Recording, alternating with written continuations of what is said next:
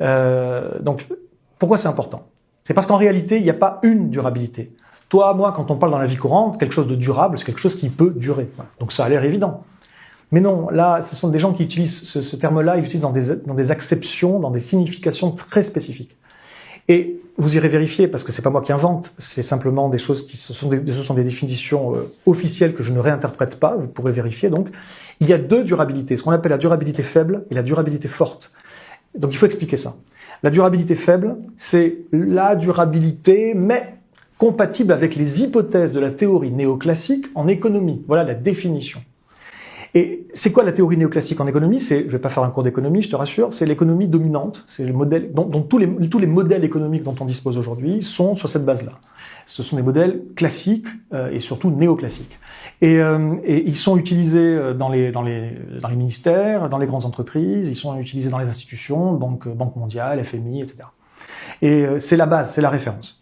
Bon. Depuis combien de temps c'est la base et la référence, juste pour qu'on comprenne? Je saurais pas te dire exactement quand, c'est au moins le cas depuis les années 70, mais cette théorie économique, en fait, a pris de l'ampleur et s'est imposée et a cassé, coupé, brisé le débat. Parce qu'il y avait un grand débat, donc, comme dans n'importe quel champ scientifique, j'ai envie de dire, même si pour moi, les sciences économiques, c'est un petit peu... J'aime pas le mot science économique, je trouve que c'est limite de l'oxymore. Hein. Mais globalement, il y a quand même un champ disciplinaire d'études avec du débat. Aujourd'hui, il n'y a quasiment plus de débat. Il n'y en a quasiment plus. On enseigne les mêmes théories absolument partout ou presque, dans les universités, les écoles, etc. Donc ça s'est progressivement imposé. C'est une théorie dont les racines remontent au début du 19e siècle. Voilà. Et parmi justement les pères de la théorie néoclassique, il y a un bon français qui s'appelle Jean-Baptiste Say, S-A-Y. Voilà. Tu connais, je te peux opiner du chef là.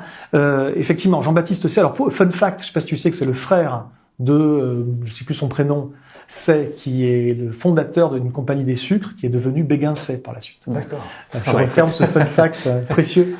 Non, mais globalement, je l'ai appris il y a pas longtemps, c'est pour ça que je le case, pour faire mon malin. Non, Jean-Baptiste Say, dans son cours d'économie de 1828, a écrit, deux points ouvrez les guillemets, je vais essayer de la sortir au mot près, les ressources naturelles sont inépuisables, car sans cela, nous ne les obtiendrions pas gratuitement.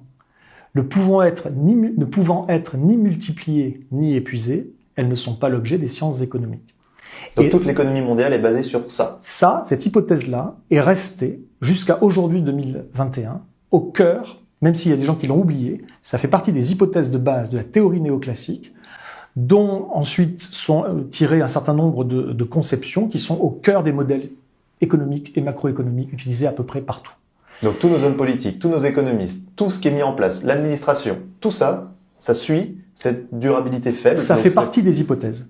Et donc implicitement, il n'y a pas de prise en compte des ressources naturelles, donc pas de prise en compte des limites naturelles. Et dans ce contexte-là, la croissance infinie, même matériellement, est possible. C'est une abstraction totale hors sol.